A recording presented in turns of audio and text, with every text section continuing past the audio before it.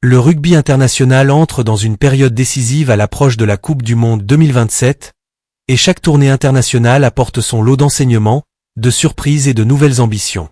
Parmi les analyses qui ont retenu l'attention ces derniers jours, celle de Matt Williams fait particulièrement parler dans le monde du rugby. L'ancien sélectionneur de l'Écosse estime que la France est aujourd'hui la seule nation capable de rivaliser avec la puissance des Springboks et même de leur arracher le prestigieux trophée William Webb Ellis lors de la prochaine Coupe du Monde. Cette déclaration ne repose pas uniquement sur une impression ou un enthousiasme passager. Elle s'appuie sur les performances récentes des Bleus, sur la profondeur exceptionnelle de leur effectif et sur les choix stratégiques de Fabien Galthié, qui continue d'innover sans craindre les critiques. Depuis plusieurs saisons, Fabien Galthié construit un projet ambitieux avec patience. Son objectif n'est pas seulement de gagner les compétitions actuelles, mais de préparer une équipe capable de dominer le rugby mondial sur la durée. Les rencontres disputées lors de la tournée de juillet dans le cadre du Nation Championship ont parfaitement illustré cette philosophie.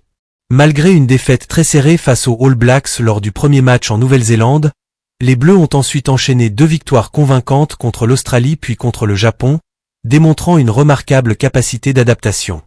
Ce qui impressionne particulièrement Matt Williams, c'est que ces résultats ont été obtenus alors que plusieurs cadres de l'équipe étaient volontairement laissés au repos après la finale du Top 14. Beaucoup d'observateurs pensaient que cette décision affaiblirait considérablement la sélection française. Pourtant, les jeunes joueurs appelés ont répondu présents avec une maturité remarquable, confirmant que la réserve de talent français est probablement la plus riche au monde. Dans sa chronique publiée dans l'Irish Times, Matt Williams explique que la progression de la France contraste fortement avec la période plus compliquée traversée par l'Irlande. Selon lui, alors que certaines grandes nations semblent marquer le pas, Fabien Galthié continue de faire progresser son groupe grâce à une gestion intelligente de son effectif. L'entraîneur français privilégie une vision à long terme plutôt que des résultats immédiats. Cette stratégie consiste à préserver les organismes de ses joueurs les plus sollicités tout en offrant une expérience internationale précieuse à de nouveaux talents. Cette approche demande beaucoup de courage. Dans le rugby moderne, chaque défaite entraîne immédiatement de nombreuses critiques. Pourtant, Fabien Galthié accepte ce risque parce qu'il estime que la réussite lors d'une Coupe du Monde dépend avant tout de la profondeur du groupe. Les dernières semaines semblent lui donner raison. Même avec une équipe largement remaniée, la France est parvenue à mettre sous pression les All Blacks dans leur propre pays avant de dominer successivement l'Australie et le Japon. L'une des décisions les plus commentées concerne le repositionnement de Mathieu Jalibert. Habituellement ouvreur, il a été utilisé à l'arrière afin de permettre à Romain Ntamak d'évoluer au poste de numéro 10. Pour beaucoup, cette association représentait un pari risqué. Pourtant, elle s'est révélée spectaculaire. Les deux joueurs ont constamment créé des situations dangereuses grâce à leur vision du jeu, leur qualité de passe et leur capacité à accélérer le rythme des attaques françaises. Pour Matt Williams, voir Mathieu Jalibert et Romain Ntamak évoluer simultanément constitue une arme offensive exceptionnelle. Selon lui, très peu d'équipes disposent de 2 créateurs de ce niveau capables d'organiser le jeu tout en étant eux-mêmes des menaces permanentes ballon en main. Cette complémentarité pourrait devenir l'un des principaux atouts français lors de la Coupe du Monde 2027. Mais la réussite de la France ne repose pas uniquement sur ses lignes arrières. Ce qui impressionne le plus l'ancien sélectionneur écossais est la puissance du paquet d'avant français. Depuis plusieurs années, Fabien Galthié construit un groupe composé de joueurs massifs, mobiles et particulièrement agressifs dans les phases de conquête. Mêlée solide, touche efficace, puissance dans les rucks et discipline défensive permettent aux 3/4 de bénéficier de nombreux ballons de qualité.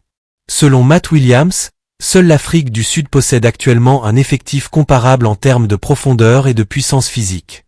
Les Springboks ont bâti leurs 2 titres mondiaux consécutifs grâce à une domination constante devant.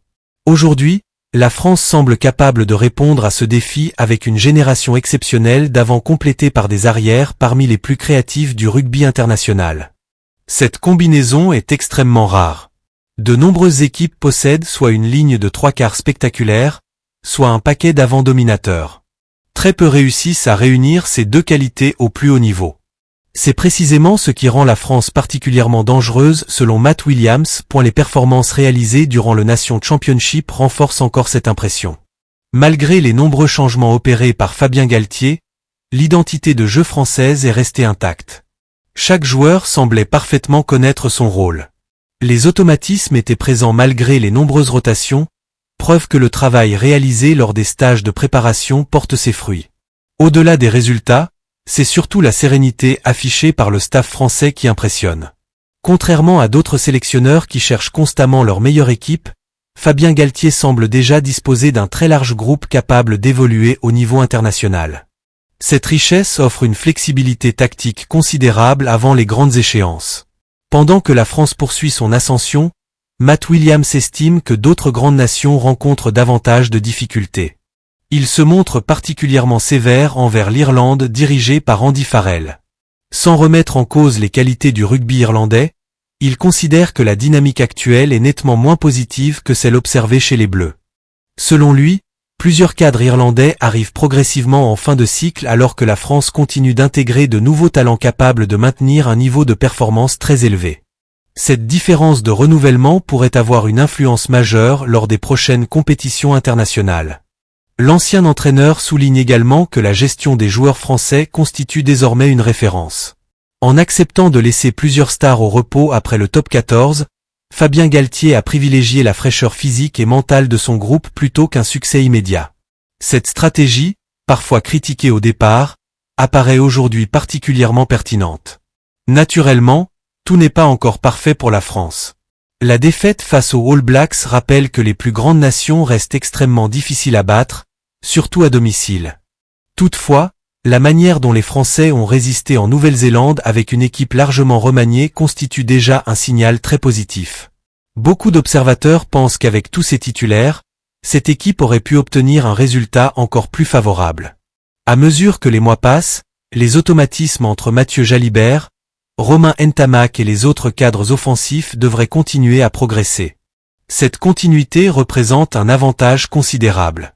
Les joueurs apprennent à mieux se connaître, à anticiper leurs déplacements et à multiplier les combinaisons offensives. Dans une compétition aussi exigeante qu'une Coupe du Monde, ces détails font souvent la différence. Les propos de Matt Williams trouvent également un écho auprès de nombreux spécialistes internationaux qui observent avec admiration la qualité du championnat français. Le top 14 reste considéré comme l'un des championnats les plus compétitifs au monde. Chaque semaine, les internationaux français affrontent des joueurs de très haut niveau, ce qui contribue naturellement à leur progression. Cette concurrence permanente permet également à Fabien Galtier de disposer d'un vaste réservoir de joueurs prêts à intégrer rapidement l'équipe nationale. Lorsqu'un titulaire est absent, un remplaçant expérimenté est souvent capable d'assurer immédiatement le même niveau de performance. Peu de sélections disposent actuellement d'une telle profondeur. Bien entendu, dans le sport de haut niveau, aucune victoire n'est garantie à l'avance. Les blessures, la forme du moment, les conditions météorologiques ou encore les choix tactiques peuvent influencer le résultat d'une rencontre. Matt Williams ne prétend donc pas que la France remportera automatiquement la Coupe du Monde 2027. Il affirme simplement qu'elle possède aujourd'hui toutes les qualités nécessaires pour rivaliser avec les meilleures équipes du monde, notamment avec les redoutables Springboks. L'ancien entraîneur insiste également sur l'importance de conserver cette dynamique positive jusqu'au rendez-vous mondial. Les prochains mois seront essentiels pour confirmer les progrès observés durant cette tournée estivale. Si Fabien Galtier poursuit son travail avec la même rigueur, les Bleus arriveront probablement en Australie parmi les grands favoris. Dans son analyse, Matt Williams ne s'est pas limité à évoquer les équipes candidates au titre mondial. Il a également porté un regard très critique sur la situation de l'Argentine après les événements ayant suivi la défaite des Pumas contre l'Angleterre lors de leur dernier match du Nation Championship. Selon lui, le comportement de plusieurs joueurs argentins ainsi que celui d'une partie de leurs supporters envers l'arbitre Angus Gardner est totalement inacceptable. Il décrit cette attitude comme regrettable, décevante et contraire aux valeurs fondamentales du rugby, un sport traditionnellement reconnu pour son respect envers les officiels. Toujours selon Matt Williams, les incidents observés après cette rencontre ont malheureusement terni l'image du maillot des Pumas. Il estime que les émotions de la défaite ne peuvent jamais justifier un manque de respect envers les arbitres ou envers les principes du fair play. Pour lui, le rugby doit rester un exemple de discipline et de respect, quelles que soient les circonstances. Il va même plus loin en établissant un parallèle avec certains comportements observés au sein de l'équipe nationale de football de l'Argentine, affirmant que ces différents épisodes ont donné une image négative du sport argentin durant cette période. Cette opinion reste celle de Matt Williams et alimente naturellement le débat parmi les passionnés de rugby. Pendant ce temps, la France poursuit son développement dans un climat beaucoup plus serein. Les joueurs semblent totalement investis dans le projet collectif imaginé par Fabien Galtier. Chaque rassemblement apporte de nouvelles certitudes, tandis que les jeunes internationaux profitent de chaque minute passée sous le maillot bleu pour gagner en expérience. À l'approche des prochaines compétitions internationales, une question revient désormais avec insistance. La France est-elle réellement prête à conquérir enfin une deuxième Coupe du monde de rugby ? Personne ne peut répondre avec certitude aujourd'hui. En revanche, les performances récentes, la profondeur exceptionnelle de l'effectif, les choix tactiques audacieux de Fabien Galtier, l'émergence continue de nouveaux talents et les analyses d'experts comme Matt Williams renforcent progressivement l'idée que les Bleus disposent désormais de tous les ingrédients nécessaires pour viser le sommet du rugby mondial. Le chemin reste encore long jusqu'en 2027, et de nombreux défis attendent cette génération française. Mais si la progression observée ces derniers mois se poursuit, si les joueurs clés restent en bonne santé et si le groupe conserve cet état d'esprit collectif, alors la France pourra légitimement rêver de soulever le trophée William Webb Ellis. Les Springboks, les All Blacks, l'Irlande, l'Angleterre, l'Australie et toutes les autres grandes nations savent désormais qu'elles devront compter avec une équipe de France plus ambitieuse, plus complète et plus dangereuse que jamais. C'est précisément ce message que Matt Williams a voulu transmettre.